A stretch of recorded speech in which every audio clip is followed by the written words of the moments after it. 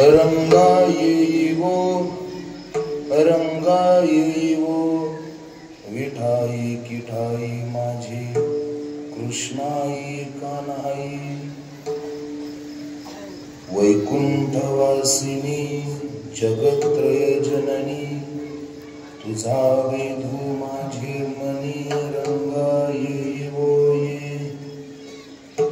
कटी कर विराजित मुकुट रत्न जडित पीतांबर कासिला तैसा येई का धावत रंगायिवो ये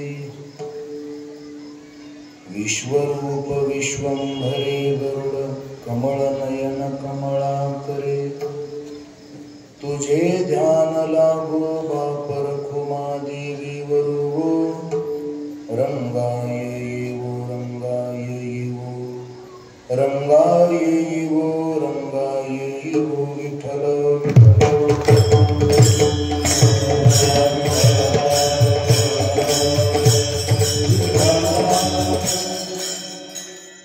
नमो सद्गुरु तुकया ज्ञानदीप नमो सद्गुरु सच्चिदानंद रूपा नमो सद्गुरु भक्त कल्याण मूर्ती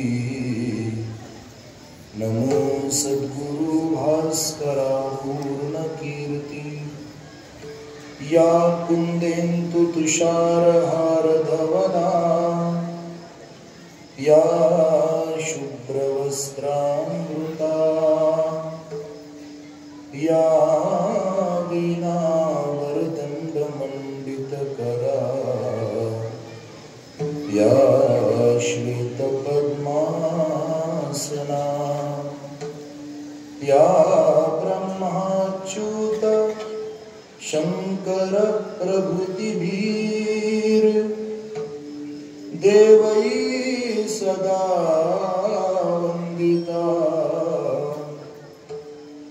सामां पातुं सरस्वतीं भगवती निःशेष जाड्यापहा ओम देवराज्यस्य ज्ञमान पावनान्द्रिपङ्कजम् व्यालयज्ञसूत्रमिन्दुशेखरं कृपाकरं नारदादियोगिवृन्दवन्दितं दिगम्बरं काशिकापुरादिनाथ श्रीकालभैरवं भजे महायोगपीठे तटे भीमरथ्यां वरं पुण्डरीकाय दातुं मुनीन्द्रैः समागत्य तिष्ठन्तमानन्दकन्दम् परब्रह्मलिङ्गं भजे पाण्डुरङ्गम् ॐ नमो ज्ञानेश्वराय करुणाकरा दयाळा तुमचा अनुग्रह लादलो पावन झालो चराचरी शरण शरण जी हनुमंता तुम्हारो रामदूता रंगायिवो रंगायिवो विठाई किठाई माझे कृष्णाई कान्हाईवो रंगायिवो रंगायिवो चिंतना करता निवडलेला अभंग माऊली महावैष्णव श्रीमंत श्री ज्ञानेश्वर भगवान यांचा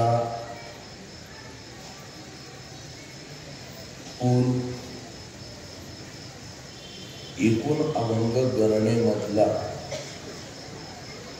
दीडकी प्रकरणातला दीडकी गटातला म्हणजे ज्याची चार चरणांपैकी 3 चरण पूर्ण त्यात ते चौकडीय आणि ज्याचं ध्रुवपद बाकी त्या चरणांच्या तुलनेत अर्ध आहे. मग तुम्ही म्हणाल असा 3.5 हिशोब का घेतला? कारण कीर्तन महाराष्ट्रात चालू आहे आणि भगवतीने तिचं स्थान महाराष्ट्रात 3.5च्याच हिशोबात घेतलं. तिनं महाराष्ट्रात 3.5चा हिशोब ठेवून आपल्याला कृपा करायला आली आहे. मग त्यामुळे आपण पण 3.5 प्रकरणातच मागणी मागितली पाहिजे, हा एक साधा हिशोब आहे. या अभंगाच्या संबंधाने आपल्याला अतिशय थोडा वेळ बोलायचा आहे. कारण आजचं कीर्तन म्हणजे काय, आजपासून जी 9 दिवस आपण कीर्तन ऐकली त्या कीर्तनांसारखा एक अभंग आणि त्या अभंगाच्या संबंधाने वक्ता बांधील आहे असं काही आजचं कीर्तन नाहीये. आज बऱ्याच विषयांचा समावेश आणि न्याय आजच्या संकल्पित वेळेमध्ये द्यायचा आहे. त्यामुळे आजचं कीर्तन काही फार जास्त नेहमीप्रमाणे किंवा 9 दिवसांप्रमाणे अभंगाला फार विस्ताराने किंवा जी आपण महान महान वक्त्यांची चिंतनं आपण ऐकली तशा पद्धतीचं फार काही आज आपल्याला ऐकायला मिळणार आहे असं अजिबात नाही आहे. तुम्ही म्हणाल मग आम्ही आलो कशाला, तू कीर्तन करतो कशाला, जर तुला काही सांगायचं नाहीये तर थोडं स्पष्ट जर बोलायचं झालं तर आजचं आमचं या सप्ताहातलं कीर्तन म्हणजे एक काळी तीट आहे. जसं आई आपल्या बाळाला नजर लागू नये म्हणून त्याच्या गालावर जसा एक काळा काजळाचा टिपका लावते ना, आमचं कीर्तन म्हणजे काळा टिपका आहे, काळा डाग आहे. सिद्ध करून देतो. आईच्या नजरेमध्ये बाळ गोंडस राहतं, त्याला कोणाची नजर लागू नये म्हणून टिपका लावला जातो. मग भवानी आईच्या प्रांगणामध्ये हा एवढा चांगला झालेला सप्ताह, एवढा वैभव संपन्न झालेला सप्ताह, याला कोणाची दृष्ट लागू नये म्हणून आजचा काळा टिपका. एवढ्या आनंदामध्ये वैभव संपन्न वातावरणामध्ये आपला सप्ताह अतिशय थाटामाटामध्ये आणि खूप कठीण कठीण प्रसंगांना तोंड देऊन पुढे आले आहे. गेल्या 10 महिन्यापूर्वी या सप्ताहाच्या आकृतीबंधाला सुरुवात झाली होती. कोणाकोणाची कीर्तनं घ्यायची, नियोजन कसं, कधी, कुठे, काय, या सगळ्या गोष्टी 10 महिन्यापूर्वी सुरू झाल्या होत्या. आम्हाला गेल्या 4 वर्षापूर्वी निमंत्रण दिलं गेलेलं होतं. आमचं निमंत्रण हे 4 वर्षापूर्वीच आहे आणि 4 वर्षापासून त्या निमंत्रणाचं होईल त्या जागेवर स्मरण करून दिल्यामुळे आम्ही सुद्धा पूर्णपणे गळ्यात मंगळसूत्र घालूनच आलो. आता कसं आहे, एकदा लग्न केलंच ना मग तिरडी उठेपर्यंत ते घर सोडायचं नसतं. असं पतिव्रतेचं, श्रीमंत पतिव्रतेचं लक्षण आहे. मग 4 वर्षापासून जर शब्द दिलाय आणि 4 वर्षापासून तुम्ही पावलोपावली जर आम्हाला स्मरण करून देत आहात तर मग त्या 4 वर्षाच्या स्मरणाला साजेल इतकं तरी आम्ही थांबलं पाहिजे. त्यामुळे आम्ही पूर्ण वेळ वडगावमध्ये थांबण्याचा निर्णय घेतला. आणि मग गेल्या 10 महिन्यापूर्वी कीर्तनाच्या सेवा कुणाकुणाच्या कशा कशा, गायक वादक मंडळींची नियुक्ती, भजनी मंडळाचं नियोजन, या सगळ्या गोष्टी, मग अन्नदान कुणाचं, संत भोजन कुणाचं, या सगळ्या गोष्टी बारीक सारीक सगळं नियोजन तंतोतंत तयार करून गेल्या 3 महिन्यापूर्वी पत्रिका तयार झाल्या आणि पत्रिका बंध तयार झाल्यानंतर मग सप्ताहाच्या प्रचाराला सुरुवात झाली आणि 3 महिन्याचा तालुक्याभरात प्रचार झाल्यानंतर हा अतिशय सुंदर, भव्य आणि दिव्य असा उत्सव अतिशय आनंदामध्ये पार पडला. पहाटे काकडा, नंतर ज्ञानेश्वरी पारायण, त्यानंतर गाथा भजन, नंतर श्रीमद देवी भागवत कथा, त्याच्यानंतर हरिपाठ आणि नंतर हरिकीर्तन, अशी संपूर्ण कार्यक्रमाची रेलचेल आपल्या उत्सवामध्ये होती. आणि हे फार मोठं आनंदाचं रोज सत्रीय उत्सव अति बिकट परिश्रमातून. तुम्ही म्हणताल महाराज बिकट परिश्रम, आम्ही आमचे घर काढले, बांध कोरले, आम्हाला नाही अडचण आली, तुम्हाला सत्ताच करताना कसं काय अडचणी येते? तर त्याचं कारण आहे शुभानी कर्मानी बहुनी विघ्नानी. वळण लावायला अडचण आहे, वळण बिघडवायला कष्ट नाहीये. दुष्कर्म वाढवायला कष्ट जास्त नाहीये, पण शुभ कार्यात अडचणी या येतच असतात. पण तरीही त्या सगळ्या नैसर्गिक अथवा कृत्रिम त्या सगळ्या अडचणीवर मात करत करत आज उपांत्य दिवसापर्यंत आपण येऊन थांबलेलो आहे. ही आपल्या सप्ताहाची उपांत्य दिवसाची सेवा आहे.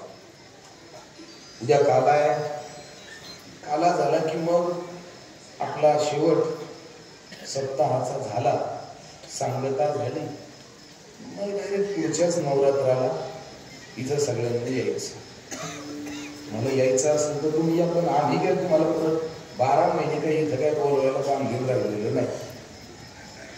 आणि अशा वैभव संपन्न वातावरणामध्ये मोठं अन्नदान आणि या सगळ्या गोष्टीला आकार देण्याकरता पहिलं अभिनंदन गावच्या भजनी मंडळाचं.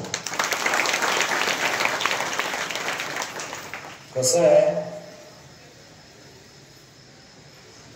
आई बाप जर दूरीत जीवन जगणारी असते ना तर पोराला शिस्त लावल्याशिवाय ते सोडत नाही. सप्ताह करायला वारकरी भजनी असले की ते त्याच्यामध्ये दंतव्यता पडू देत नाही.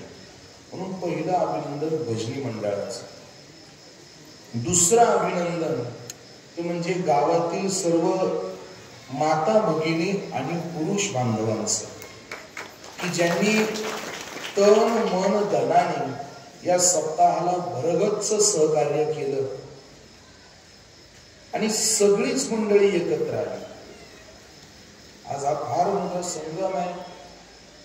माळ वाडगाव, भवानी वाडगावच्या इतिहासातलं हे फार मोठं पर्व आहे. आम्हाला सांगायला फार आनंद वाटतो की आदिशक्ती भवानी मातेच्या कृपेने योगीराज सद्गुरु श्री गंगागिरीजी महाराज, समर्थ सद्गुरु किसनगिरी बाबा, सद्गुरु नारायणगिरीजी महाराज, गुरुवर्य देवगडचे बाबा, गुरुवर्य रामगिरीजी बाबा, या संतांच्या आशीर्वादाने हा असा इतिहास घडलाय की आज या धर्म मंडपाखाली वारकरी संप्रदाय, नाथ संप्रदाय, शाक्त संप्रदाय आणि महानुभव संप्रदाय सुद्धा एकत्र आले. हे आपलं कामच आहे महाराज. मिळविली मांदी वैष्णवांची ही सगळी मंडळी एकत्र येऊन गेली 10 दिवसांपासून आदिशक्तीची उपासना करतात. आणि आज भगवतीकडे आपल्याला मागायचं आहे. खरं म्हणजे आम्हाला फार मोठा प्रश्न पडला होता, कारण देवीच्या संबंधातले जे काही मोजके कमी चरणाचे अभंग आहेत, काल शेवटचा शिल्लक होता तो सुद्धा गेला. बरं, मग आता मी दुसरा कोणता अभंग घेतला असतं तर इतकं काय बिघडलं नसतं. पण जाणत्या मंडळींनी मग आमच्या बुद्धीवरती जरा डोकरं मारले असते की एक देवीचा अभंग घेता येत नाही, ते पण आम्हाला जरा प्रश्न पडला काय करावं. हा प्रश्न खरं म्हणजे यावेळी आम्ही जाणीवपूर्वक काल्याच्या 2 दिवस अगोदर सेवा टाकली होती. कारण आम्हाला आठवते गेल्या वर्षी सुद्धा आमची मागणीची सेवा होती आणि हा अभंग होता ये ग विठाबाई. हा अभंग होता गेल्या वर्षी. आणि आता मधले जे अभंग होते ते सगळे झाले आणि आम्ही विचार केला यावेळी काय आपल्याला मागणी नाहीये. आम्ही पती जन्माला माझे उदरी मी झाले तयाची नोवरी म्हटली. हे मी पहिल्या दिवसापासून ठरवलेलं. पण आदिशक्तीने काय चक्कर असा भवरा टाकला की आम्हाला परत फिरून जागरलाच यावं लागलं. झालं असं गुरुवारी देवगडच्या बाबांची जरा प्रकृती थोडी बिघडली आणि बाबांचं जन्मगाव पिंपराळ जळगावच्या तिकडे बाबांची दरवर्षी त्यांच्या जन्मगावी जागर आणि काल्याची सेवा असायची. पण प्रकृती खराब झाल्यामुळे तिथं काही पूज्य बाबांना जाणं अंतर खूप आहे. 6-7 तास प्रवास करून जायचं, कीर्तन करायचं, यायचं. हे काही सध्याच्या पूज्य बाबांच्या प्रकृतीला झेपावणारं नाही. त्यामुळे मग नाविलाज असतो परंपरेचा पाईक म्हणून पूज्य गुरुवर्य स्वामीजींना बाबाजींच्या जागी, पूज्य प्रकाशानंदगिरीजी महाराजांना मोठ्या बाबांच्या जागी तिकडे आजच्या जागर आणि उद्याच्या काल्याकरता असं नियोजनात जावं लागलं. त्यांनी फेरबदल वरून आदेश आला काय करायचं. आता बाबांच्या प्रकृतीशी छेडछाड करून आपल्याला आपला 50वा साजरा करायचा आहे. तेव्हा बाबांनी आम्हाला फोन केला, बाळू महाराजांनी असं प्रकरण आहे. बाबा म्हणे आता तिकडं वाडगावकरांना विचारा आणि शुभम महाराजांना विचारा बा आम्ही काय करावं. आम्ही गावातल्या मंडळींशी चर्चा केली. त्यांनी सांगितलं बाबांच्या प्रकृती बरोबर छेडछाड करून आपल्याला बाबांना त्रास देऊन मग आपला सोहळा साजरा करावा इतके पण आपण खालच्या विचाराची माणसं नाहीये. पण हा निरोप जेव्हा बाबांपर्यंत या भाषेत गेला, बाबांनी सांगितलं ठीक आहे स्वामी सेवेला येणार नाही पण आम्ही भेट बाकी 100% देतो. आणि मग त्यावेळी बाबांनी भेट आपल्याला दिली, आपल्याला आशीर्वादही दिला आणि मग बदल होत होत आम्ही परत जागरला येऊन थांबलो. हा प्रश्न पडला आता कोणता अभंग घ्यावा. तर सहज सकाळी काकडा करता करता डोक्यात आलं हा अभंग काकड्यात म्हटला जातो दुसऱ्या मालिकेत. विठाई, किठाई, कृष्णाई आणि कान्हाई म्हटलं. याच्यातही आईचंच वर्णन आहे. आणि सप्ताहाच्या सुरुवातीलाही माऊलीचाच अभंग झाला होता. सप्ताहाच्या सुरुवातीला जर माऊलीचा अभंग रूपा हातालोचनी झाला मग आता जागराला सुद्धा आपण माऊलीलाच विनंती करू की हे सगळं तुम्ही शेवटपर्यंत घडून आणलंय. सगळ्यांना असंच परमार्थिक वातावरणाचा गंध हा अविरत राहावा. ज्ञानोबरायांच्याच हाताला धरून आपण चालू आणि आपल्या सर्वांच्या सहकार्याने संपन्न होत असलेला हा महोत्सव खरं म्हणजे हे एका दिवसात घडलेलं काम नाही. याच्याकरता 50 वर्ष वाट पाहावी लागते. चांगल्या गोष्टीचा आकार येण्याकरता कालावधी लागतो. येडी बाभळ लवकर पांगायला वेळ नाही लागत पण आंब्याला आंबे यायला वेळ लागतात. तसं आध्यात्मिक स्वच्छ धार्मिक उत्सवाला जास्त दिवस टिकण्याकरता आणि त्याचे उत्सव साजरा करण्याकरता कालावधी आणि परिश्रम हे बहुत काळापर्यंत घ्यावे लागतात. तेव्हा हे आपल्याला दिवस पाहायला मिळतात. आणि आज निश्चित म्हणावं लागेल सोनियाचा दिवस आजे अमृते पाये. सोनियाचा दिवस अमृते पाये.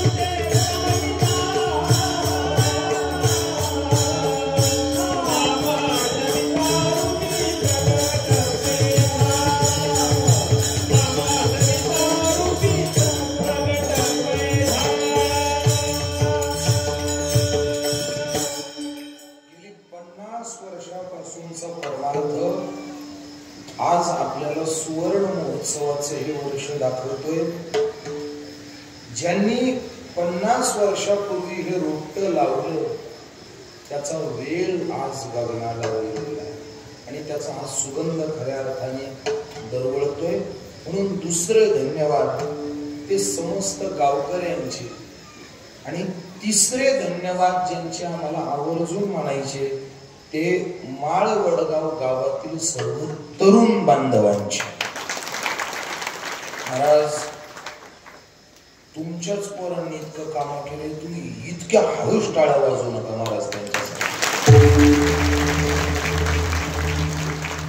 काय पोरं महाराज वाढवायचे. अहो, काकड्याला हजर पोरं, ज्येष्ठ मंडळी, आपण भगवत प्रेमीचे, आपण थांबणं यात काही विशेष नाही. मुलं काकड्याला हजर, पारायणाला सगळ्या व्यवस्थेला हजर, त्यातलं की गावामध्ये फिरी त्याच वेळेत कसे त्यांचं ते मॅनेज करायचं त्यांचं त्यांना माहिती.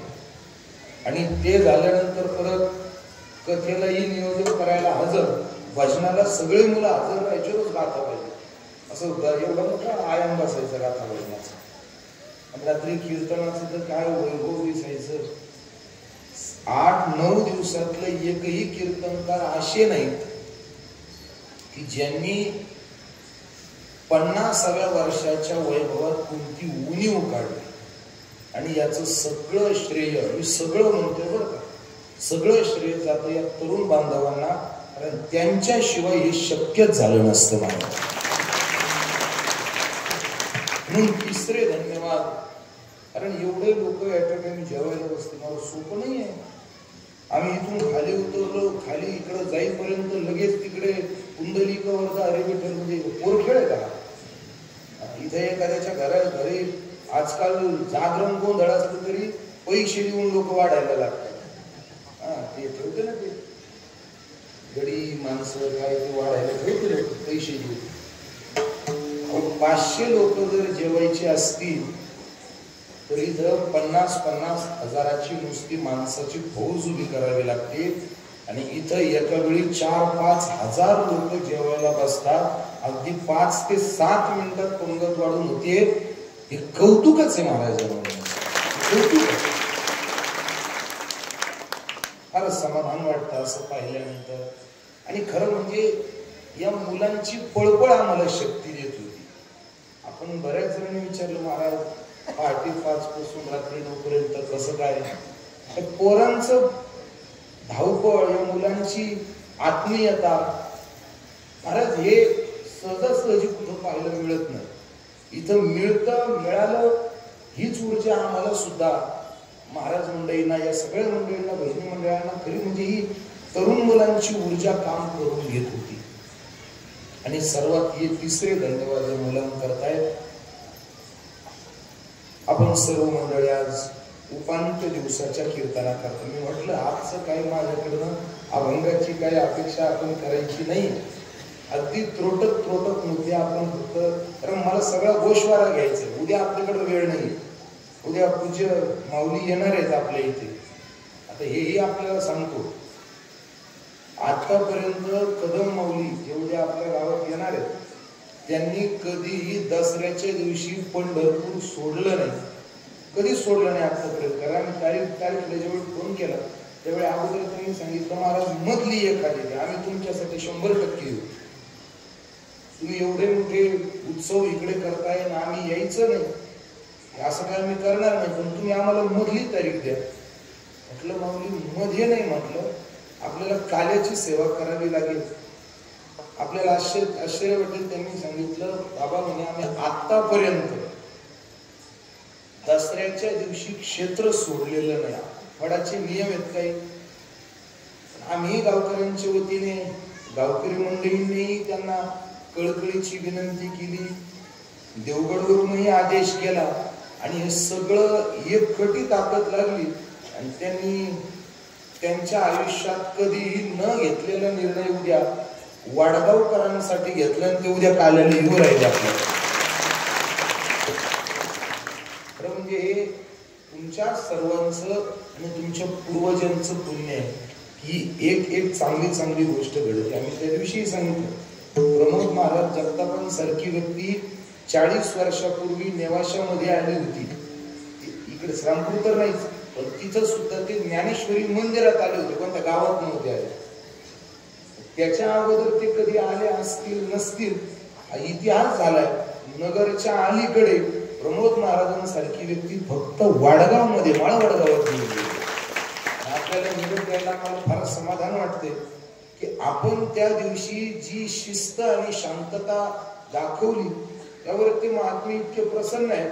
त्यांनी आम्हाला एवढं म्हटलं, इथून पुढे वाडगावने आम्हाला आदल्या दिवशी रात्री जरी फोन केला तर आम्ही दुसऱ्या दिवशी हजर होतो. महाराज साधू प्रसन्न झाला ना, एक बोलू का, देव प्रसन्न झाला की परमार्थ वाढतो आणि संसार ढासळू लागतो. देवाची ते खून आला ज्याच्या घरात त्याच्या पडे चिरा संसारासी. देव प्रसन्न झाला की परमार्थ वाढू लागतो, पण प्रपंच ढासळू लागतो. पण साधूच्या कृपेत ही ताकद आहे की तो तुमचा परमार्थही श्रीमंत करू शकतो आणि तो तुमचा संसार सुद्धा श्रीमंत करू शकतो. याचं काही उदाहरण द्यायची, बाहेरचं उदाहरण द्यायची गरज नाही. ब्रह्मलीन सद्गुरू नारायण गिरीजी महाराज यांनी मनात आणलं एखाद्याचा प्रपंच जर सोन्याचा करायचा तर त्यांच्या नेत्र कटाक्षाने सुद्धा त्याचे प्रपंच सोन्याचे झालेले. ही उदाहरणाची यादी आपल्याकडे आपल्याला गावोगावी सापडेल. आणि असे साधू आपल्या गावात गेले आणि ते सगळे साधू अतिशय प्रसन्न झाले. हे फारच समाधान देणारी गोष्ट आहे. आणि मग आपली सगळी मंडळी एकत्र आली. एवढे मोठे संत महंत आले, त्यांनी आपल्याला विचार सांगितले आणि हे सगळा सोहळा पार करत करत आता आपण उपांत्य दिवसापर्यंत आलोय. सर्व गुणीजन, गायक, वादक, आता काय नावं घ्यायला आपले सगळे 8 दिवस परिचित झालेले. पण प्रामुख्याने ज्यांचं पारायण नेतृत्व आपल्याला होतं आणि ज्यांचं कीर्तन आपण श्रवण केलं, आदरणीय विकास महाराज, पूजनीय गुरुवर्य विकासजी महाराज, इकडे आदरणीय गुरुवर्य कैलासजी महाराज, आदरणीय गुरुवर्य बाळासाहेब महाराज, आदरणीय गुरुवर्य काशीनाथ महाराज, त्याचप्रमाणे सर्व उपस्थित माळवडगावमधील ज्येष्ठ आणि तरुण भजनी मंडळ, या बाजूला उपस्थित असलेले हे सगळे विद्यार्थी जे आहेत ना, हे निपाणी वडगावचे विद्यार्थी. हे कोणत्या संस्थेचे नाही, हे कोणत्या एखाद्या आश्रमाचे नाही. आपल्याला आश्चर्य वाटेल, हे दिवसभर शाळेत जातात ही मुलं, संध्याकाळी घरी येतात. घरी आल्यानंतर हातपाय धुवून मारुतीच्या मंदिरात येतात आणि तिथं हरिपाठ करतात आणि कोणताही वेगळा क्लास वगैरे न लावता गावातल्या मंडळींनी गावातली मुलं तयार केली आहेत, बाहेरच्या कोणत्याही शिक्षण संस्थेशिवाय. ती मुलं रोज आपल्या उत्सवामध्ये या ठिकाणी हजेरी लावतायत, आपल्या कार्यक्रमाची शोभा वाढवतायत. त्यांनाही धन्यवाद आहेत. निपाणी वडगावची मंडळी आलेली आहे. एकनाथ नाना आहेत, अशोकराव आहेत, इकडे जाधव साहेब आहेत, अकोलकर साहेब आहेत. अकोलकर महाराज पण आमच्या बरोबरच होते. आता काय माणूस चांगले तर आमच्या मागे दिल्लीमध्ये सलग 6 तास काकडा म्हणण्याची हिंमत फक्त एवढं एकटाच माणूस पण. काय सांगतो, काय बरोबर तिथं सोपं नाही. आणि जवळजवळ संप्रदायातल्या चांगल्या चांगल्या गायक, वादक आणि कीर्तनकारांना हे तुम्हाला इकडून चुकलं असेल 8 दिवसात. माझ्या संगत टिकणं इतकं पण सोपं नाहीये. पण ही काही मंडळी टिकून आहेत, त्यामुळे हे सगळं चालू आहे. इकडे आदरणीय दहेगाव नेचे हरिभक्ती परायण गुरुवर्य ओंकार महाराज, त्याचप्रमाणे आज ज्यांची उपस्थिती आहे भक्तीपरायण पवन महाराज, इकडे आपल्या श्रामपूर तालुक्याचे ज्येष्ठ कीर्तनकार परमपूजनीय गुरुवर्य आदरणीय अण्णासाहेब महाराज दौंड. काल ज्यांच्या वडिलांचं कीर्तन झालं ते जे आपल्या उत्सवाकरता आजही थांबले हरिदास महाराज सानोर. आता भोकरूनही मंडळी आले, चंद्रकांत महाराज त्यांचे सर्व सहकारी ते मध्ये एक दिवस भजनाला सुद्धा येऊन गेले. आणि भामाटांची मंडळी आहेत, यशवंत भाऊ आहेत, त्याचप्रमाणे वडगावची आहे, तुमची गवळणच आठवत होती वरपे पाटील, ते लहान लहान खेळ तेवढीच गवळण आम्हाला आठवली द्यायची. पण जाऊ दे, आम्ही गवळणीने ओळखतो त्यांना आणि त्यांनाही धन्यवाद. त्याचप्रमाणे उपस्थित परिसरातील मंडळी आणि दुसरं म्हणजे आमचे कुणाल महाराज बोले, जिथं कमी तिथं आम्ही, अशी त्यांची भूमिका आहे. म्हणायला कोणी कमी असलं की म्हणायला चुकते, पकवाद वाजवायला काही आपण पडलं की ती पकवादही वाजवायला चुकते. आमची ती एवढी तयारी होती, मग कोणी कीर्तनकार नाही आलं तर ते म्हणे बाबा मी 2 तास ना दिले होते म्हणलं महाराज. खरं म्हणजे आजची सेवा मी विकास महाराजांनाच म्हटलं होतं की आपण आजची सेवा करा. रोजचा अनुष्ठान आणि नियमावली सांभाळता सांभाळता थोडीशी शरीराला कृषिता आली आणि महाराजांनाच विनंती केली होती की आजची सेवा आपण करा. आम्ही बसतो. ते म्हणे रोज तुम्ही शब्द घालू घालू मला जीव घातला ना म्हणे, आज मी शपथ करायचं तुम्हीच करायचं. आता काही जास्त वेळ बोलायची गोष्ट नाहीये. उत्कृष्ट साऊंड सिस्टीम असणे बाबा. त्याचप्रमाणे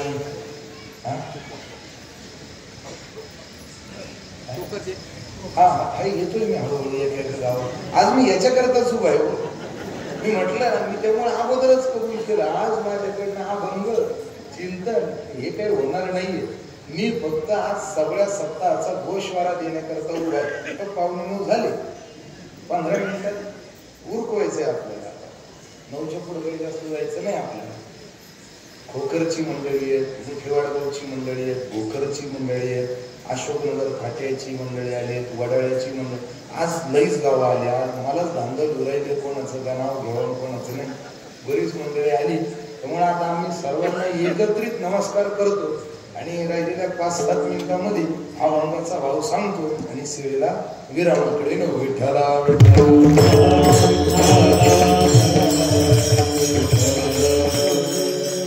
खरं म्हणजे मानवी बुद्धीला हे परमार्थ करण्याचे तरंग हे अंतःकरणाच्या आतून येतात. बुद्धी स्वतः काही काम करत नाही. बुद्धीला आतून तरंग येत राहतात आणि आतले तरंग बुद्धीवरती त्यांची छटा टाकून मग ती बुद्धी आपले रंग दाखवते. महाराज, बुद्धीचे अनेक तरंग क्षणक्षणात पालटते रंग. पण त्याच्या पुढे धोका सांगितलाय, धरू जाता संगत तो होय बाधक. जास्त बुद्धीच्या आरी गेलेला माणूस हा कधी जीवनामध्ये यशस्वी होत नाही. बुद्धी माणसाला कधी कधी प्रगतीकडेही नेते आणि तीच बुद्धी कधी कधी माणसाला पतनाकडे सुद्धा न्यायला कारण ठरते. माणसाचं जीवन आहे ना, हे एक केंद्रीय जीवन आहे. त्याच्या डोक्यामध्ये बुद्धीने एक अवसान एकदा घेतलं ना की त्याला ती जगातलं काहीच दिसू देत नाही. साधा मुद्दा लक्षात घ्या. रस्त्याने जर एखादा सांभार जर चालला तर तो रस्त्यानं चालताना त्याला लोकांच्या पायातल्या चपला सोडून दुसरं काहीच दिसत नाही. त्याला कोणी भेटू देतो, फक्त काय पाहतो, कारण तो त्याचा ध्रुव केंद्रीय मुद्दा आहे. जो ज्याच्या ध्रुव केंद्राचा मुद्दा आहे माणूस त्याच्यावर जास्त अवलंबन करतो. कोणताही एखादा व्यावसायिक माणूस भेटला, व्यवसायामध्ये बरेच प्रकार आहे, आपल्याला जास्त विषयाला संबंध करायचं नाही, पण एखादा जर उदाहरण दिलं, चप्पल शिवणारा माणूस तो चपलीकडेच पाहत चालणार. थोडा तर स्पष्टच बोलायचं झालं, एक कीर्तनकार दुसऱ्या कीर्तनकाराला भेटला की तो पहिले डायरेक्ट पाहतो. का? त्यांचा ध्रुव केंद्रीय मुद्दा फक्त याला किती कीर्तन आहे, त्याच्या आजूबाजूचं त्याला काही दिसत नाही. माणसाची बुद्धी ज्या क्षेत्रामध्ये ध्रुव केंद्र धारण करते ना त्याला फक्त तेच दिसतं, त्याच्या बाजूला काय काय ते त्याला दिसत नाही. पण मग या सगळ्या प्रवासामध्ये बऱ्याचदा आपल्याला हे जाणून येईल की माणसाची नजर या अशा निकृष्ट दर्जाच्या ध्रुव केंद्रीपणामुळे बऱ्याच चांगल्या चांगल्या सुखांना मुकलेली आपल्याला दिसून येते. साधा मुद्दा आहे, माऊलीने अमृत अनुभवात असं सांगितलंय वाटेची या पडे जाता द्विदृश्य नयनी पडता चांगू आणि अभावता दोन्ही विरळची पाहे. अमृत अनुभवात माऊली म्हणतात की दोन माणसं बाजारातनं घरी चालली होती आणि बाजारातनं घरी जाता जाता त्यातल्या एकानं पाहिलं रस्त्याच्या कडेला चिखल होता, दलदल होती. त्या दलदलीला पाहिल्यावर तो म्हणतो, अरे काय सगळ्या रस्त्यात दलदल आहे, चिखल आहे, घाण आहे, सगळीच घाण आहे म्हणे. आणि तेच त्याच्या दुसऱ्या बाजूला जो माणूस होता त्यानं पाहिलं तर त्याच दलदलीच्या बाजूला एक कमळाचं फूल खिळलेलं होतं, उमललेलं होतं. त्यानं ते पाहिलं, तो म्हणे की हे बघ कमळाचं फूल किती छान आहे. दृष्टांत फार छोटा आहे माऊलीचा. माऊली असं म्हणतात की दोघांची डोळे जिवंत आहेत, दोघांच्याही डोळ्याला सगळं पाहण्याची क्षमता आहे, पण तरी सुद्धा एका विशेष ठराविक व्यक्तिविशेषाला फक्त चिखल आणि घाणच दिसते आणि दुसऱ्या एका व्यक्तिविशेषाला एवढ्या सगळ्या घाणीमध्ये फक्त कमळच दिसतं. हे काय त्याच्या नजरेचा प्रताप नाहीये म्हणे, हा त्याच्या बुद्धी केंद्राचा प्रताप आहे. आणि हे सगळं करता करता बऱ्याचदा माणूस त्या बुद्धी केंद्राला अधीन होऊन आपल्या बुद्धीला चुकीच्या मार्गाने एकदा मार्गस्थ केलं की मग त्याच्या जीवनातल्या सुखांना हळूहळू तो स्वतःच कलंक करायला लागतो. आणि त्याचं का कलंक लागतो? कारण त्या बुद्धीला बहिर्मुख होण्याची सवय लागलेली आहे, बाहेर जायची सवय लागलेली आहे. आणि ज्या बुद्धीला बाहेर जायची सवय लागली ना, ती बुद्धी कधीही आपल्या जवळचं महात्म्य शोधू शकत नाही. साधा प्रसंग सांगतो. जगद्गुरु शंकराचार्यांनी जे भाष्य लिहिले ना, त्या भाष्यावरती एक भामती नावाची टीका आहे. ऐकताय ना सगळे? झोप नाही लागली तुम्हाला? बरेच जण भुकले घेऊन जागे झाले असतील. गोश्वाराच इतका मोठा गेलाय. नंतर काय गरज होती? आज मी या सगळ्या विषयाला बांधील, त्यामुळे सगळं सांगणं आज माझं कर्तव्य आहे. कारण उद्या सगळे आपल्याला इतकं सूत्रबद्ध सांगायला वेळ नाहीये. ती भामती नावाची टीका आहे, वाचस्पती मिश्रांची टीका आहे.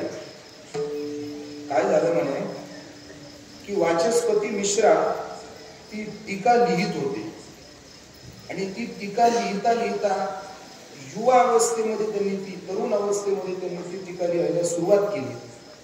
आणि ती टीका लिहिता लिहिता बरेच दिवस पुढे चालले.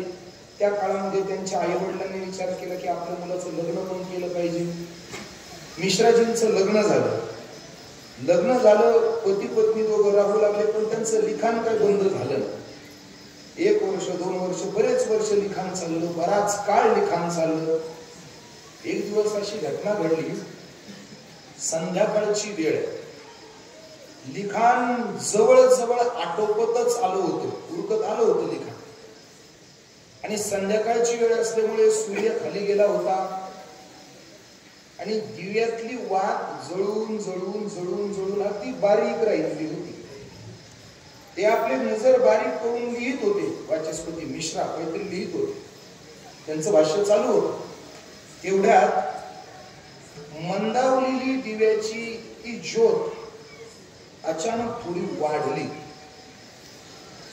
आणि ती मंदावलेली ज्योत अचानक कशी काय वाढली हे पाहण्याकरता त्यांनी जेव्हा पाहिलं तर एका स्त्रीने ती ज्योत पुढे लुटली होती म्हणून प्रकाश पडला. त्यांनी वर पाहिलं आणि त्या बाईला विचारलं, तू नेमकी कोण? त्यावेळी त्या बाईने सांगितलं, स्वामी मी तुमची पत्नी आहे. जरा आपल्या गूढ बुद्धीला बाजूला करून याच्यातनं आपल्या खराब बुद्धीने अर्थ लावू नका. हे कसं काय, या घडलेल्या घटना आहे, त्या दंतकथा नाहीये, जिवंत घडलेली घटना आहे. आपल्याला प्रत्येक येईल पुढे या गोष्टीचं, मी कशावरून बोलतोय. त्यांनी विचारलं त्या स्त्रीला की बाई तू नेमकी कोण? तिने सांगितलं, महाराज मी तुमची पत्नी आहे म्हणून. त्यांनी विचारलं, माझं लग्न झालंय? महाराज झालंय तुमचं लग्न. किती वर्ष झाले लग्नाला? महाराज 36 वर्ष झालीत म्हणे आपल्या लग्नाला. आपल्या सारख्या गाडीवर वडापाव खाऊन ढेकर देणाऱ्या माणसाच्या बुद्धीला एवढा मोठा व्यापक विचार हा पटणं सुद्धा फार अवघड. पण तरी सुद्धा थोडस बुद्धीची उंची वाढवून हा प्रसंग अंतःकरणाला जरा आतमध्ये उडून पहा, आपल्याला पुढे जाणीव होईल याची. 36 वर्ष झाले म्हणे महाराज आपल्या लग्नाला. म्हणे 36 वर्ष झाले? हो महाराज, 36 वर्ष आपल्या लग्नाला झाले. 36 वर्षात तुम्हाला कधी हटकलं नाही म्हणे आतापर्यंत, कधी बोलली नाही एखाद्या शब्दाने. आपलं 36 वर्षापासून लग्न झालंय, एक दिवस कधी तुम्हाला का बोलली नाही? मी लिहितोय, मी माझ्या लिखाणात गर्क आहे, मला म्हटली का नाही? त्यावेळी तिने सांगितलं, महाराज आपलं लिखाण चालू होतं, आपल्या लिखाणात व्यत्यय मला आणायचा नव्हता म्हणून मी आपल्याला काही बोलले नाही. मुद्दा पुढे, लिखाण आटोपत आलं होतं, ग्रंथाला पूर्ण आहुती झाली होती, फक्त एक राहिलं होतं, ग्रंथाला नाव द्यायचं राहिलं होतं. त्यावेळी त्यांनी विचारलं, बाई तू माझी पत्नी आहेस, तुझं नाव काय? त्यावेळी तिने सांगितलं, महाराज माझं नाव भामती आहे, ग्रंथ लिहून पूर्ण झाला होता, नाव द्यायचं राहिलं होतं, त्या ग्रंथाला नाव देऊन टाकलं भामती. श्रीमंत बुद्धीच्या माणसाचं लक्ष. ग्रंथाला आपल्या बायकोचं नाव ग्रंथाला दिलं या भावनेतून पाहू नका, पण स्त्री शक्तीचा एवढा मोठा सन्मान करणारी ही आपल्या ऋषी मुनींची परंपरा आहे. हल्ली काय झालंय, हे सोशल मीडिया आणि त्याच्यातून काही विध्वंसक प्रवृत्तीचे माणसं, त्यांना शांती आणि समन्वय देखवत नाही. मग काहीतरी धिंगाणा, गोंधळ, भांडणं करणं झाली पाहिजे. त्यांचे घर सुखाने राहिले नाही, मग दुसऱ्याचे राहू नये म्हणून ते काहीतरी खूळ घालून देतात. महिला सशक्तीकरण, महिला मरण, याचा अर्थ होत नाही असं नाही. जे आधी होत होतं, जेवढ्या जिथं जे होतं तिथं ते होतच आहे. याचा अर्थ आपली भारतीय संस्कृती इतकी पण निकृष्ट नाहीये. आपल्या संस्कृतीमध्ये कायम स्त्रीचा आदर करायचा आपल्याला शिकवलेलं आहे. आपल्याला स्त्रीमध्ये आई पायाची संस्कृती आपल्या. हे नवरात्र उत्सव कशा करताय मग? पुरुषाचा नाही असा एखादा दिवसाचा उत्सव. नवरात्र उत्सव काय एवढा? आपल्या संस्कृतीने स्त्री शक्तीला फार मोठा मान दिला. पण ते काय झालं, हल्ली आपल्याला आपलं वाङ्मय वाचायची सवय राहिली नाही. कुणीतरी अर्धवट डोक्याचे येतात आणि मग ते काहीतरी वरच्यावर सांगतात.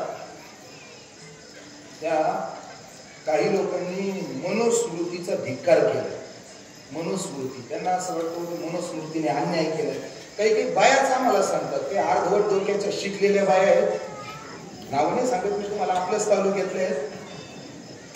कधीतरी आम्हाला अशा भेटल्या का, ते म्हणते महाराज आम्हाला मनुस्मृती पटत नाही पटत, नको वाचू.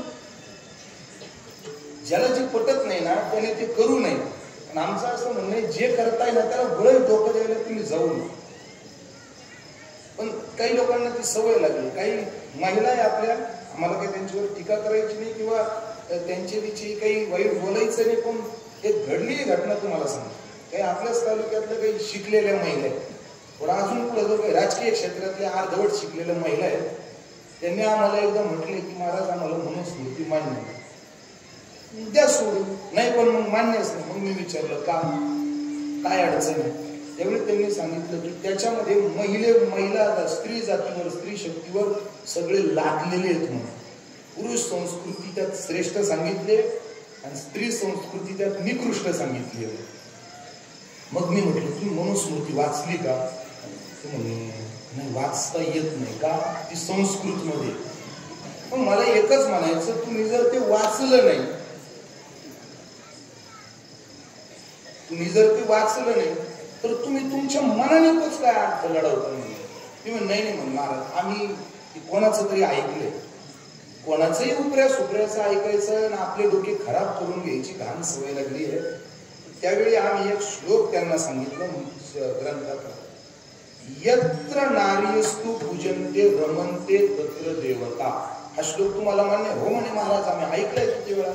काय अर्थ आहे त्याचा? त्यावेळी सांगितलं, त्यांनी सांगितलं, ज्या ज्या ठिकाणी नारीची पूजा होते ना, तिथे तिथे साक्षात देवता वास्तव्य करतात. मग मी विचारलं, बाई खरं सांग, हा श्लोक कुठला आहे, तुला माहितीये का? त्या बिंडोकला माहितीच नव्हतं. हा श्लोक मनुस्मृती मधला श्लोक आहे. तुम्ही पण जरा डोक्यात धरा. आणि उगा तुम्हाला कोणीही पेटून देतंय, या मूर्ख बाईने शनीचा चौथा काय मिळवलं तिचं तिला माहिती. संस्कृती भ्रष्ट करायला बाहेरची लोक येतात आणि आपले अर्धवट काही काम नाही त्यांना, आपल्या काही काही पांढऱ्या कपड्यातल्या लोकांना उगा तोंड वर करून चालतात. मला एकच म्हणायचंय, माणसाच्या पेक्षा तू म्हणतं आम्हाला काय कोणा महाराज, आम्ही व्यक्तीचा विरोध करत नाही, पण विचाराचा विरोध नक्की करतो.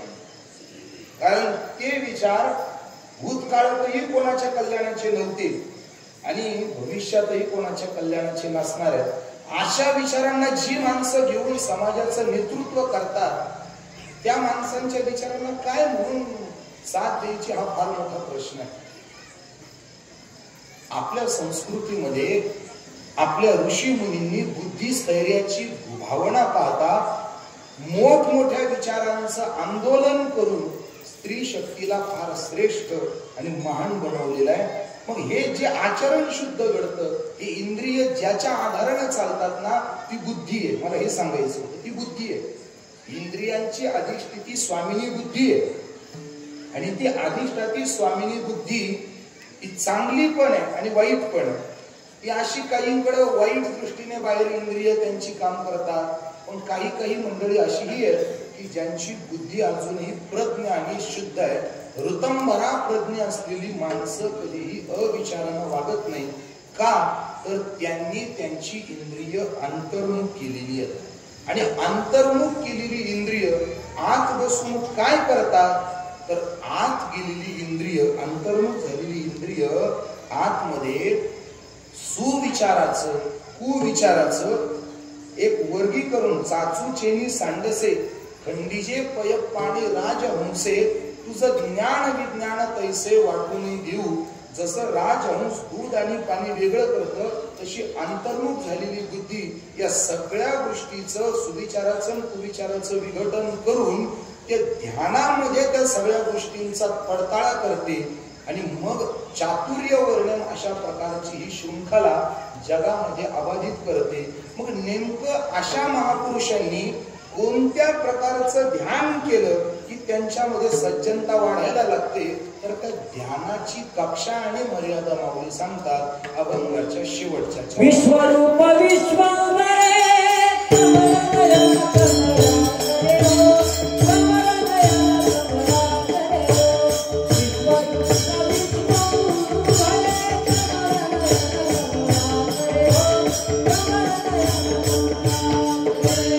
विश्वरूप विश्वंभरे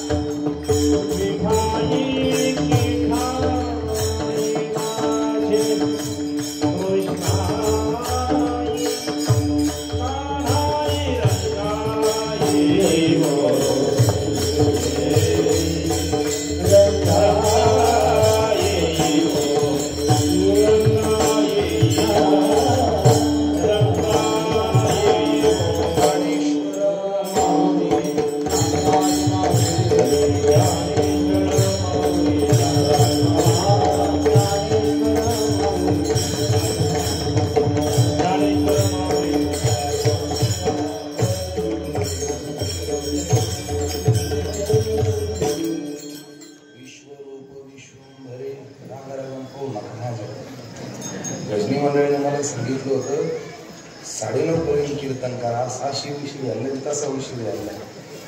तुमचं मन मोठे, माझी काही तब्येत आता मला काही दोन निघाला आता.